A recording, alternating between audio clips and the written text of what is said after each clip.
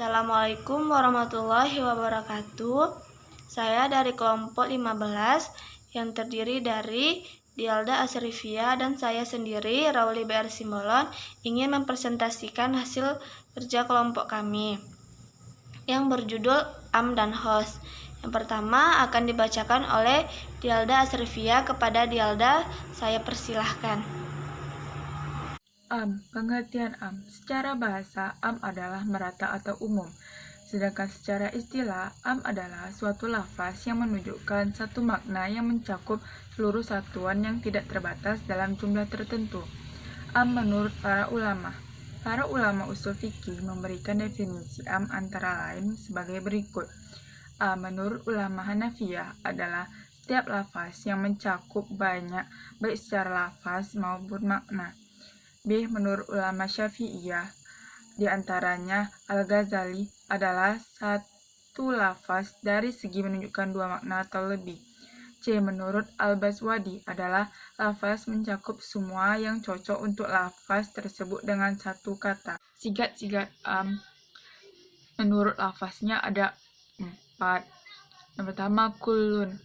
Contohnya Bismillahirrahmanirrahim. Kullu nafsin za'iqatul maut.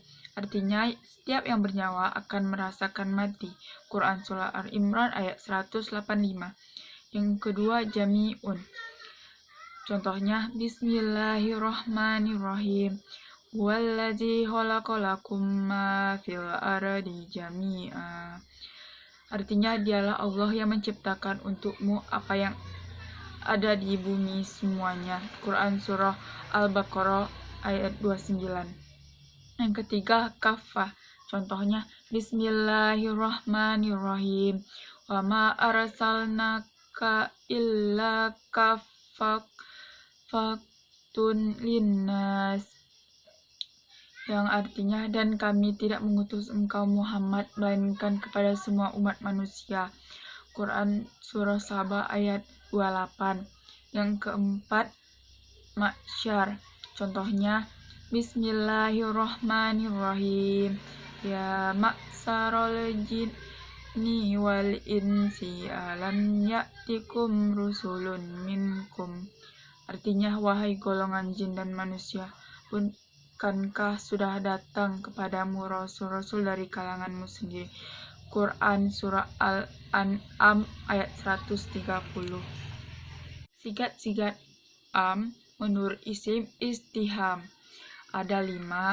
Di antaranya pertama tuh ma yang artinya apa, yang kedua ayun yang artinya siapa, yang ketiga mata yang artinya kapan, yang keempat aina yang artinya di mana, yang kelima man yang artinya siapa.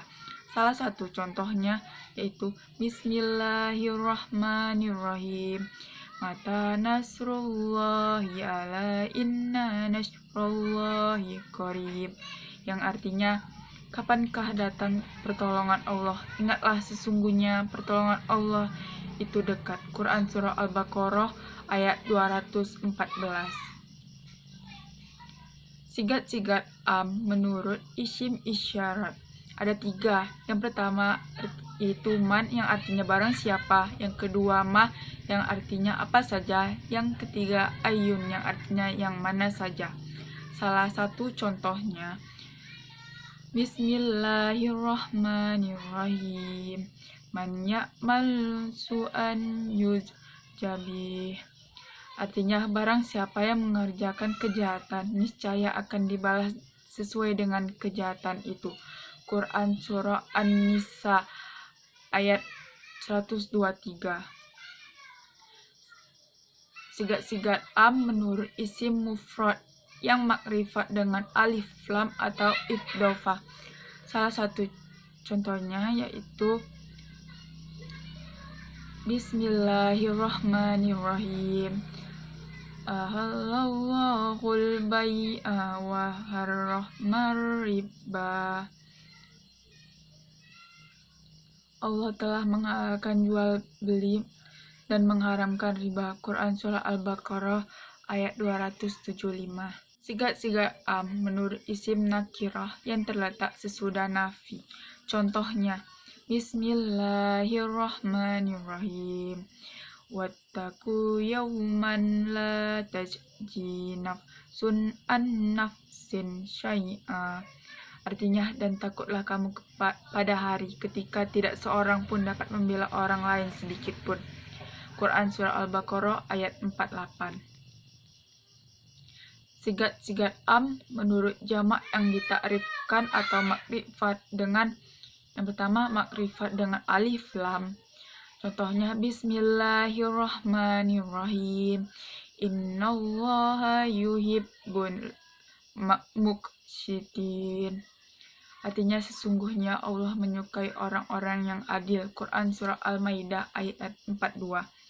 Yang kedua, dimakrifatkan dengan ifdhafa. Contohnya Bismillahirrahmanirrahim. Hurrimat alaikum ummatukum. Artinya diharamkan atas kamu menikahi ibu-ibumu. Quran Surah An-Nisa ayat 23. Yang sigat-sigat am menurut isim mausul ada 4. Di antaranya allazi atau mufrad muzakkar.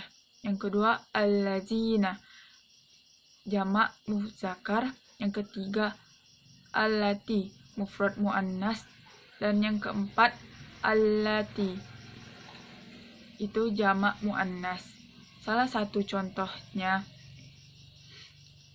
Bismillahirrahmanirrahim. Innallazina ya'kuluna amwalal yatama zulman innama ya'kuluna fi butunihim naro. Artinya sesungguhnya orang-orang yang memakan harta anak yatim secara zalim, sebenarnya mereka itu menelan api dalam perutnya. Quran Surah An-Nisa ayat 10. Pembagian am. Pertama, umum syumul, yaitu semua lafaz yang dipergunakan dan dihukumkan serta berlaku bagi seluruh pribadi, seperti Bismillahirrahmanirrahim. Ya ayyuhan nasu taqu rabbakumul ladzi khalaqakum min nafsin wahidah. Yang artinya, wahai manusia, bertakwalah pada Tuhanmu yang telah menciptakan kamu dari diri satu, itu Adam. Quran Surah An-Nisa ayat 1. Yang kedua, umum badali, yaitu bagi suatu lafaz yang dipergunakan dan dihukumkan serta berlaku seperti afrod atau pribadi, seperti Bismillahirrahmanirrahim. Ya ayyuhallazina amanu kutiba alaikumus siyam kama kutiba alal ladzina min qablikum la'allakum tattaqun. Artinya, wahai orang-orang yang beriman, diwajibkan atas kamu berpuasa sebagaimana diwajibkan atas orang-orang sebelum kamu agar kamu bertakwa. Quran Surah Al-Baqarah ayat 183. Pembagian am sesuai nas. Am juga terbagi menjadi yang pertama adalah am yang dimaksud secara qat'i umum, yaitu am yang didampingi oleh qarinah, menafikan sasaran yang ditaksiskan. Yang kedua adalah am yang dimaksud secara qat'i khusus, yaitu apa yang didampingi dengan qarinah pada umumnya tetap menafikan dan menyatakan maksud sebagian dari ifradnya itu. Yang ketiga adalah am maksus, yaitu am mutlak yang tidak didampingi oleh qarinah, itu meniadakan hal-hal yang ditaksiskan. Penjelasan ayat am yang sudah ditaksiskan apakah masih merupakan dalil atau hujah. Jadi, apabila ditemukan lafaz am yang selanjutnya dicari terlebih dahulu dalil lain yang mentaksisnya. Hal ini berkesesuaian dengan sebuah kaidah dalam ilmu fikih, itu am mubadatoh sisi hujjatun fil ba'am ba'datah sisi hujjatun fi bahi. Artinya yang telah dikhususkan, maka selebihnya dapat dijadikan hujjah. Penjelasan ayat yang sudah ditaksiskan apakah masih merupakan dalil atau hujjah. Pendapat para ulama, yang pertama itu jumhur ulama menyatakan keharusan mencari dalil taksis terlebih dahulu dan tidak mengamalkan lafaz sebelum hal tersebut dilakukan. Jika memang tidak ditemukan dalil yang mengkhususkannya, baru wajib mengamalkan lafaz yang Yang kedua, pendapat lain mengatakan bahwa wajib mengamalkan lafaz tanpa menunggu adanya penjelasan atau taksisnya. Selanjutnya yang akan dibacakan oleh saya sendiri, yaitu pengertian host. Pengertian host bagi dua, menurut bahasa dan menurut istilah. Menurut bahasa ialah tertentu atau yang khusus, sedangkan menurut istilah suatu lafaz yang telah mengandung makna yang jelas, baik jenis, jumlah, bentuk maupun ketentuan lainnya. Bentuk-bentuk mukhasis terbagi menjadi dua, yaitu mukhasis muttasil yang artinya bersambung adalah apabila makna satu dalil yang mengkhususkan atau berhubungan erat pada kalimat umum sebelumnya. Yang kedua, mukhasis mufasil, dalil umum atau makna dalil yang sama dengan dalil atau mengkhususkannya, masing-masing berdiri sendiri, yakni tidak berkumpul tetapi terpisah. Pengertian al-host menurut para tokoh usul fikih sebagai berikut. Yang A. Adib Salih mendefinisikan lafaz al-host yang mengandung satu pengertian secara tunggal atau beberapa pengertian yang terbatas. Yang B. Al-Amidi mendefinisikan al-host adalah satu lafaz yang tidak patut digunakan bersama oleh jumlah yang banyak.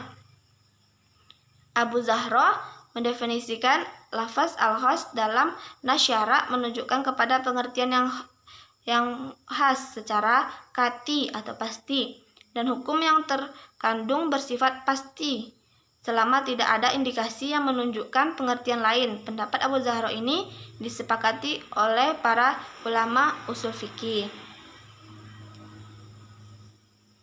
Macam-macam mukhasis muttasil, yaitu pengecualian. Contoh firman Allah dalam surah Al-Asyr ayat 2 dan 3 yang berbunyi Bismillahirrahmanirrahim. Innal insana lafi khusri illal ladzina amanu wa amilus solihati wa tawasaw bil haq wa tawasaw bis sabr. Yang artinya, sesungguhnya manusia berada dalam kerugian kecuali orang-orang yang beriman dan mengerjakan kebajikan serta saling menasihati untuk kebenaran dan saling menasihati untuk kesabaran. Sebagai ganti keseluruhan, contoh firman Allah dalam surah Al-Imran ayat 97, yaitu Bismillahirrahmanirrahim. Walillahi 'alan nasi hijjul baiti man istata'a ilaihi sabila. Yang artinya, dan di antara keajaiban manusia terhadap Allah adalah melaksanakan ibadah haji ke Baitullah, yaitu bagi orang-orang yang mampu mengadakan perjalanan ke sana. Ada juga yang menurut syarat, yaitu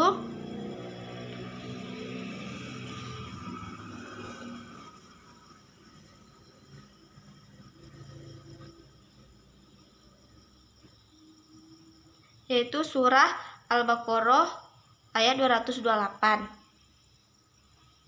yang berbunyi Bismillahirrahmanirrahim wa bu'ulatuhunna ahaqqu biraddihinna fi zalika in aradu islaha. Yang artinya, dan para suami mereka lebih berhak kembali kepada mereka dalam masa itu jika mereka para suami menghendaki perbaikan.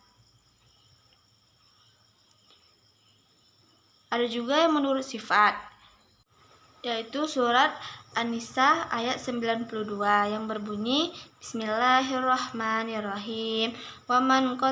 wa man qatala mu'mina khata'an fatahriru raqabatan mu'minat. Yang artinya, dan barang siapa membunuh seseorang yang beriman karena tersalah, hendaklah ia memerdekakan seorang hamba sahaya yang beriman. Ada juga yang menurut kesudahan, yaitu surah Al-Baqarah ayat 222.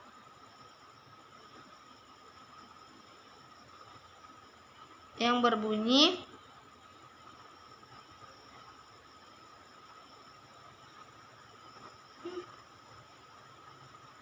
wala taqrabuhunna hatta yatahuruna.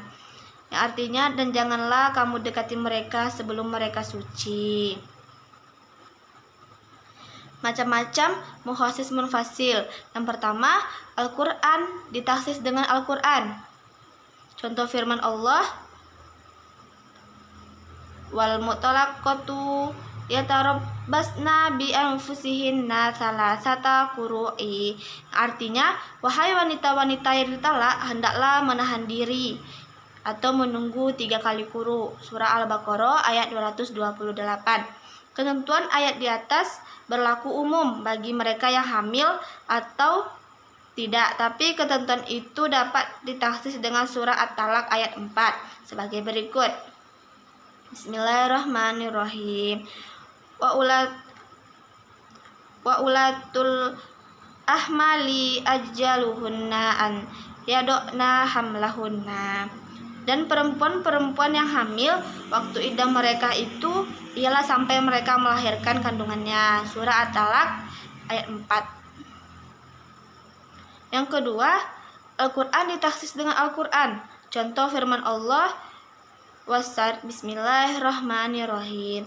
Wasyariku wasyarikatu fatta'u aidiyahunna. Laki-laki yang mencuri dan perempuan yang mencuri, potonglah tangan keduanya. Yaitu dalam surah Al-Maidah ayat 38. Dalam ayat di atas tidak disebutkan batasan nilai barang yang dicuri. Kemudian ayat di atas ditaksis oleh sabda Nabi SAW, yaitu la qat'a fi aqalla min rubu'i dinar. Tidak ada hukuman potong tangan di dalam pencurian yang nilai barang yang dicuri kurang dari 1/4 dinar. Hadis riwayat jamaah. Yang ketiga, yaitu sunnah ditaksis dengan Al-Quran. Contoh hadis Nabi, la yakbalullahu sholata ahadikum iza ahdasa hatta yatawaddo'a. Allah tidak menerima sholat salah seorang dari kamu bila ia berhadas sampai ia berwudu.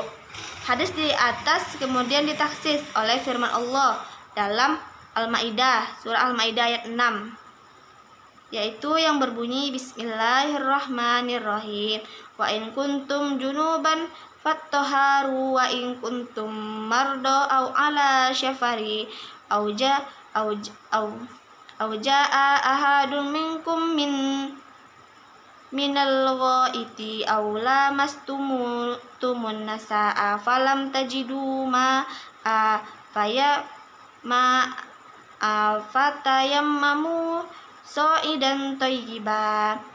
Yang artinya, dan jika kamu sakit atau dalam perjalanan atau kembali dari tempat buang air atau menyentuh perempuan lalu kamu tidak memperoleh air, maka bertayamumlah dengan tanah yang baik. Surah Al-Maidah ayat 6. Yang keempat, sunnah ditaksis dengan sunnah. Contoh hadis Nabi, Fima sakos sama'u usru. Pada tanaman yang disiram oleh air hujan, zakatnya 1/10. Keumuman hadis ini tidak dibatasi dengan jumlah hasil panennya. Kemudian hadis itu ditaksis oleh hadis lain yang berbunyi, laisa fima duna khamsati ausukin shadaqatun. Tidak ada kewajiban zakat pada tanaman yang banyaknya kurang dari 5 wasak atau 1000 kilogram.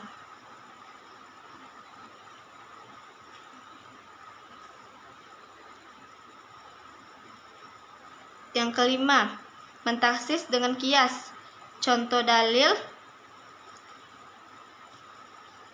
yaitu yang artinya menunda-nunda pembayaran bagi orang yang mampu, halal dilarang dan boleh dihukum. Hadis riwayat Muslim. Hadis tersebut umum, yakni siapa saja yang menunda pembayaran hutang padahal ia mampu untuk membayar, termasuk ibu atau bapak. Kemudian dikhususkan, yakni bukan termasuk ibu dan bapak dengan jalan mengkias firman Allah, yakni